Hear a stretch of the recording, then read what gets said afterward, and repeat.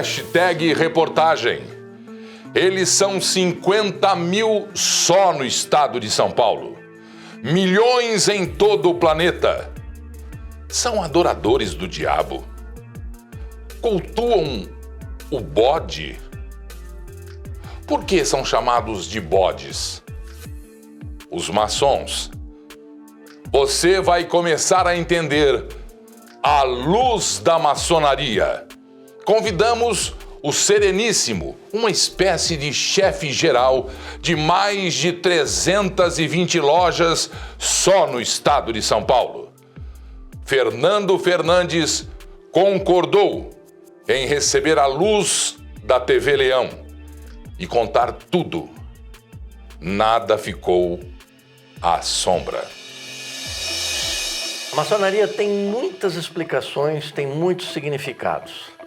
Mas eu poderia dizer para você, numa pequena frase, no sentido geral, é uma escola de aperfeiçoamento pessoal. É uma escola em que as pessoas procuram melhorar a si mesmo. Nós costumamos dizer que nós queremos ser melhores a cada dia. Não melhor que um ou melhor que o outro, melhor que nós mesmos a cada dia. A maçonaria moderna, na maneira como ela é praticada hoje, ela surgiu institucionalmente na Inglaterra em 1717. Entretanto, existem as corporações de ofício que antecederam o nascimento da maçonaria. Existem provas em Bolonha, na Itália, de corporações de pedreiros no ano 900, na Inglaterra em 1300, na Escócia, na Irlanda. Existem muitos documentos esparsos, mas a maneira como ela é institucionalmente conduzida hoje surgiu na Inglaterra no início do século XVIII.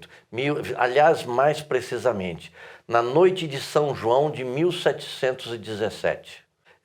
E a grande parte da maçonaria, como existe no mundo hoje, é uma associação que engloba somente homens.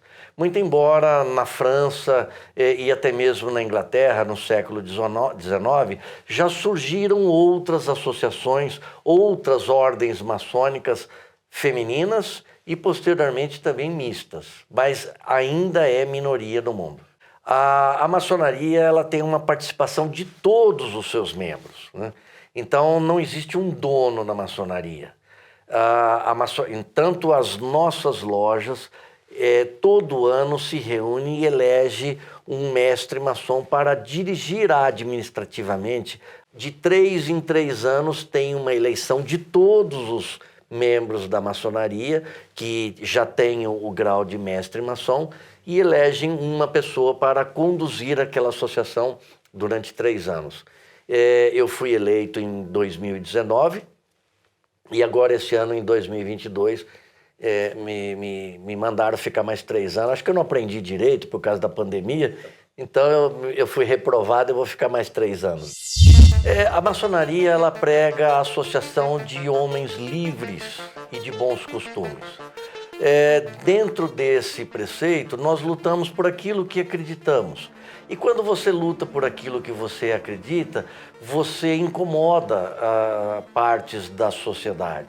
Até hoje, o preconceito contra a maçonaria em determinadas áreas da sociedade é muito grande. Quando na Itália, por exemplo, a maçonaria auxiliou a unificação da Itália. Um pequeno exemplo. Quando eles trabalharam pela unificação da Itália, eles lutaram contra os territórios papais, por exemplo. E aí veio a pecha de que maçonaria é coisa do demônio, é coisa do anticristo. É claro que hoje em dia isso não é generalizado. Nós temos muitos sacerdotes, homens de postura, de conceitos éticos, morais, que já entendem a realidade que a maçonaria prega. Mas em todas as áreas, em todos os pontos, sempre que alguém incomoda o ponto de vista das classes dominantes, é taxado de uma série de adjetivos pejorativos. Não é secreta porque você sabe onde tem o prédio, você sabe quem são as pessoas, agora não mais, né? Mas tinha na lista telefônica, agora não tem a lista telefônica, né? Mas então ela não é uma sociedade secreta, ela é sigilosa. A nossa prática interna só diz respeito aos membros, mas não que seja secreto. O Brasil sempre teve no seu DNA, o Brasil sempre foi muito libertário e reverente. E, em função disso, o desenvolvimento da sociedade no dia a dia provocou essas separações momentâneas, né? Aqui no Brasil, a primeira potência foi o Grande Oriente Brasiliano, que depois se transformou no Grande Oriente do Brasil. Em 1920, 21, surgiu as grandes lojas, e em 1970, os Grandes Orientes Independentes, do qual eu faço parte. E durante esse período, 3 vertentes dessa cultura caminharam separadamente. Agora nós estamos iniciando o processo inverso, não de unificação, mas de união, de amizade, de aproximação, de trabalhar juntos. Conta-se que no dia 20 de agosto de 1822 foi proclamada a independência do Brasil dentro de uma loja maçônica. E numa sessão coordenada por Gonçalves Ledo, e dessa reunião partiu um mensageiro para encontrar Dom Pedro, e 7 de setembro ele teria sacado da espada e proclamado a independência do Brasil. Todos os grandes movimentos brasileiros, e eu ouso até dizer para você, a maçonaria não vai para a rua defender pontos de vista. O que nós fazemos é transmitir ao homem, ao maçom, conceitos éticos e morais. E nós estimulamos que saia de lá defendendo esses preceitos éticos, morais, de defesa da sociedade, de defesa da família, da liberdade de pensamento. Hoje em dia é quase uma ofensa você dizer que você tem pai, que você tem mãe, que você convive com eles. Há uma área da sociedade que prega pelo fim da sociedade.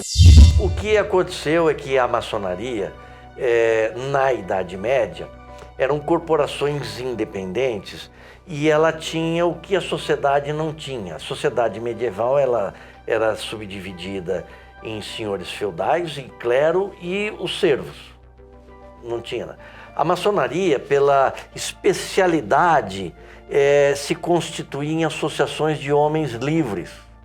O pedreiro, ele mudava de cidade. Hoje ele construía um castelo, amanhã ele construía uma igreja em outro lugar, amanhã ele construía uma ponte em outro lugar. Freemason, franco-maçonaria, é o pedreiro livre.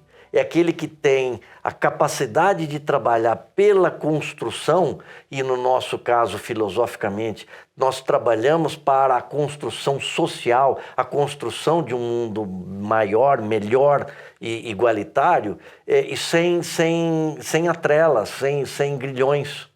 Pega a pedra bruta, transforma em pedra cúbica de tal maneira que ela possa se encaixar no edifício social. Bode, não temos bode. Não. É um bichinho bonitinho, como todos os animais da natureza. Eu não sei precisar a data, mas teve um camarada na França, se não me engano no século XIX, o senhor Léo Taxil, se é essa a pronúncia correta, ele se viu desconfortável com... Provavelmente ele pediu alguma coisa que falaram não para ele, aí ele saiu e resolveu contar todos os segredos da maçonaria. E aí ele escreveu um livro lá dizendo que a gente adorava o bode. E a igreja adorou, a igreja naquela época que lutava contra esses movimentos libertários, contra o colonialismo, todos os movimentos anticolonialistas da América Latina, do mundo, São Martin, Bernardo Higgins, todos eram maçons, né? Então, aquele clero daquela ocasião adorou essa questão do bode. E aí foi entrando no imaginário popular. Tá bom, a gente gosta do bode. Traz o bode aqui que a gente... Tanto que existem alguns adesivos que o pessoal coloca, que é uma silhueta do bode e escrito embaixo assim: somos o que somos, não o que dizem que somos. Não, isso é uma outra lenda urbana. Isso não tem código secreto da maçonaria para dominação do mundo ou qualquer outra coisa. Não existe código secreto. A maçonaria, ela prega contra os dogmas. A maçonaria não vende terreno no céu. A maçonaria diz que você tem que ser bom porque é bom ser do bem. A maçonaria prega que é bom ser do bem porque você tem que trabalhar em função daquilo que você tem agora, não em favor de algum prêmio que você vai receber numa vida além. Então isso incomoda uma série de dogmas. Não, nós não aceitamos o ateu. Nós entendemos que a crença no que nós chamamos de grande arquiteto do universo, independente das suas manifestações, Deus, Alá, Jeová ou qualquer que seja, é fundamental para o entendimento da nossa filosofia. O problema não é a bebida ou o fumo. O problema em tudo que você imagina no mundo, imaginamos, é o excesso das coisas. Uma filosofia você vai estudar a nossa história, os nossos conceitos, e qualquer proposto é iniciado no grau 1, o grau de aprendiz. A partir do momento em que ele vai aprendendo, ele passa para o grau 2, o grau 3. É uma escola iniciática e filosófica. A partir dessas nossas cerimônias, você traduz para o candidato, você imprime na consciência do candidato, de uma maneira que ele não se esqueça mais, essas lições éticas e morais. Todo homem livre e de bons costumes. O que é um homem livre? É aquele que não é atrelado aos vícios, aos preconceitos, basicamente. E o que é de bons costumes? É aquele que trabalha pelo seu próprio aperfeiçoamento, que contribui em prol da sociedade. É todo aquele homem bom que deseja ser melhor. As lojas são independentes, as lojas simbólicas. A minha instituição, Grande Oriente Paulista, é 1, 2 e 3. Aprendiz, companheiro e mestre. Existem algumas outras vertentes, algumas outras associações maçônicas que nós denominamos de associações filosóficas, que seguem outros caminhos que têm número de graus diferenciados. Então tem a escola americana, tem a escola inglesa. Aqui no Brasil, a grande maioria que pratica o que nós chamamos de rito escocês antigo e aceito são 33 graus. Mas, basicamente, todo maçom vai até o grau 3. Se assim o desejar, ele pode ingressar numa pós-graduação, vamos dizer assim, genérico, assim, e aí ele segue do grau 4 até o grau 33. Não é correto. Isso chama-se estelionato. Isso se chama estelionato. A maçonaria não convida ninguém publicamente. Nem aqui e nem em lugar nenhum do mundo. Essas pessoas estão procurando apenas auferir vantagem em cima de pessoas que gostam, que têm interesse. A maçonaria sempre despertou muito interesse. Agora está um pouco em desuso, mas você não vê uma banca de jornal que você não vê pelo menos 10 revistas ou artigos sobre a maçonaria. E aí cabe explicar com muito cuidado, porque esses termos, maçonaria, Grande Oriente, são termos de domínio público. E pela nossa legislação, se nós três pessoas se reunirem e for num cartório de títulos e documentos e formar uma associação denominada Maçonaria do Sétimo Dia de Cabrobó da Abóbora, pode perfeitamente dizer que é uma instituição maçônica. Não é reconhecida, e esses incautos que caírem nesse conto do vigário não serão recebidos como maçom dentro das 3 vertentes que existem no Brasil, que é Grande Oriente do Brasil, grandes lojas ou grandes orientes independentes. Uma das exigências para você ingressar na maçonaria é que você comprove que você tem um meio lícito de vida, de subsistência.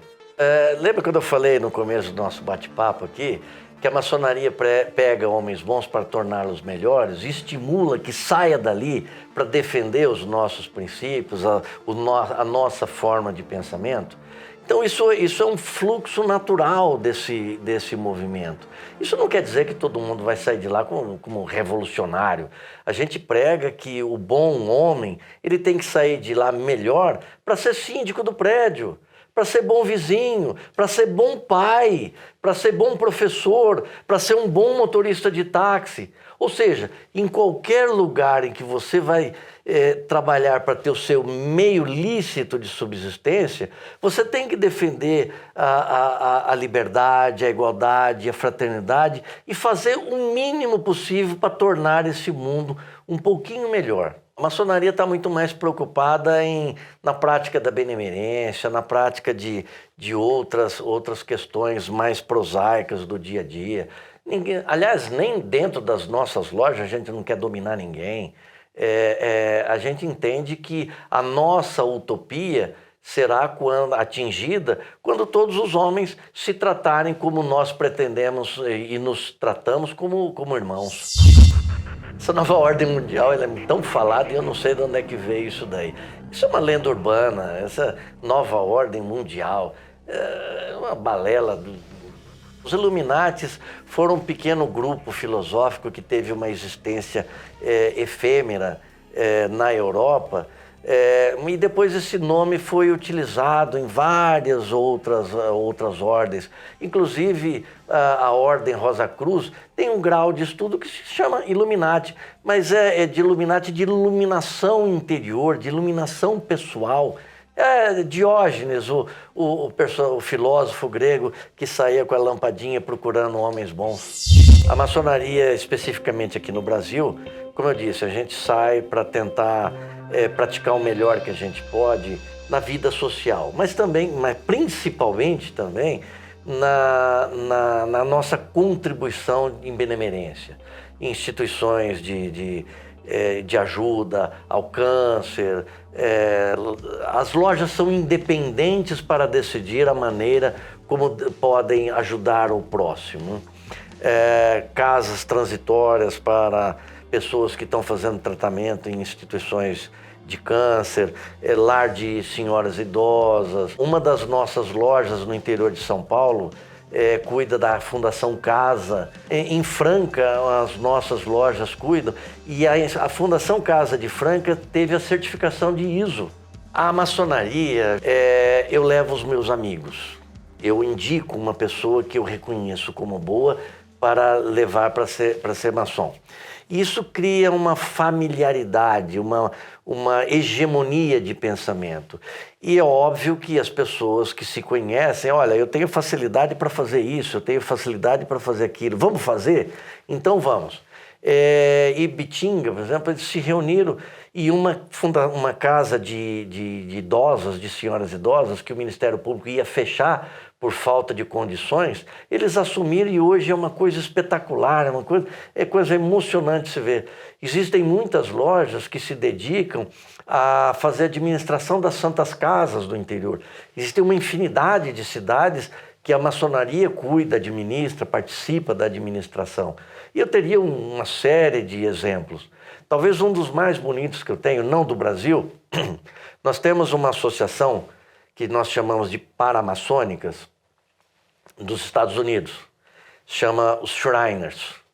Ela se iniciou lá em 1874, se não me falha a memória. E hoje eles têm 22 hospitais nos Estados Unidos, um no Canadá e um no México, que cuida de crianças e adolescentes. Fazem todo o tratamento de graça. E nós aqui, os maçons brasileiros, os Shriners brasileiros, a única despesa que nós temos é pegar esses jovens que precisam, nós pagamos o passaporte, a passagem e a estadia, e lá nos Estados Unidos a maçonaria faz todo o tratamento médico necessário. Então é a facilidade no sentido de que O que você sabe fazer melhor? Vou fazer junto com você. É uma grande família, espetacular. É um local de encontro, chamado templo, de loja. É um templo de encontro. Seria mais pertinente eu explicar que é um templo de culto filosófico. É o livro sagrado da sua religião, seja ela qual for. Aqui no Brasil, a grande maioria é a Bíblia. Mas no caso de nós recepcionarmos alguém de outra religião, ele pode declinar, ele pode solicitar que os compromissos dele sejam prestados em cima do Alcorão, do Bhagavad Gita, enfim. Olha, eu tenho judeus e muçulmanos dentro da mesma loja, católicos também. Na minha loja eu tenho 2 evangélicos, eu tenho um irmão que foi criado dentro de um colégio jesuíta e ele tem suas formas de pensamento, mas todo com muito respeito. Esse meu irmão que cresceu dentro do conceito jesuíta, ele frequenta a missa todos os domingos. Transmitir conceitos éticos, morais. Um símbolo, ele retrata uma ideia.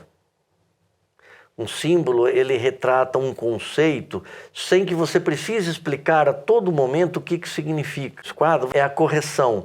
Você não precisa dizer a todo momento que você tem que ser correto. Quando você vê um esquadro, você sabe que você tem que ter a sua correção nos seus atos. Você já abriu uma romã? Você viu que as sementes estão todas juntinhas? É a nossa união. É uma utopia nossa. Então, como eu falei, você pega homens bons para torná-los melhores, né? Existem excelentes pessoas que não foram iniciadas na maçonaria e nós rendemos o nosso respeito a todos eles, né? Nós convidamos algumas pessoas que... a parábola do semeador de Jesus Cristo, que ele jogou as sementes, uma caiu em solo fértil, a outra entre espinhos, a outra no meio das pedras, que também não vai... É exatamente a mesma significação. Zé Bonifácio era um dos grandes líderes naquela época, junto com Gonçalves Ledo, José Bonifácio. Nós temos uma loja aqui que se chama Piratininga, do Grande Oriente do Brasil. E eu estive visitando lá algum tempo atrás e tem um museuzinho deles lá, no século XIX, para você ser maçom, para você ingressar lá na loja deles, você tinha que levar a taxa de iniciação, era uma carta de alforria. Para você ser iniciado, você tinha que alforriar um negro e levar a carta de alforria e comprovar que você deu a liberdade para um negro. Maçons, mas a maçonaria foi muito perseguida na Europa na Segunda Guerra Mundial. O fato de você ser suspeito de ser maçom já lhe dava automaticamente um ingresso de ida sem volta para um campo de concentração. Foram perseguidos, inclusive na Espanha, em Portugal também, nas ditaduras de Franco e Salazar. Os arquivos da ditadura espanhola colocavam no mesmo arquivo comunistas e maçons. Não, o Brasil não. O Brasil... eu já tive padres que foi fazer palestra na minha loja. O Getúlio Vargas, no início, ele desapropriou muitos prédios que eram da maçonaria. Ele tomou... A partir do momento em que ele se engajou a favor dos aliados na Segunda Guerra, aí mudou a questão, né? Inclusive o irmão dele foi iniciado na maçonaria, né? E aí mudou muita coisa. É óbvio que durante toda a ditadura de Getúlio não convinha muito você ser um livre pensador, né? Não convinha muito você pensar diferente do establishment, né? Então era meio perigoso, né? Não deixa de ser maçom, mas ele sai. É sempre reconhecido como maçom. Adormecido, afastado, junto com essa lenda do bode, dizia que quem saísse, a maçonaria mandava matar. Na Idade Média, por exemplo, não é só na maçonaria. Por exemplo, em Veneza, a Sociedade dos Vidreiros de Veneza, eles tinham uma comunidade fechada. E sempre que alguém queria trair os segredos dele, eles mandavam matar. muito mais como instinto de sobrevivência, porque o clero ia lá e prendia, e naquela época você ganhava uma sauna numa fogueira, né? Como instinto de sobrevivência, né? Eu acredito que deve ter havido, mas não é regra, desde o século XIX que não existe mais isso.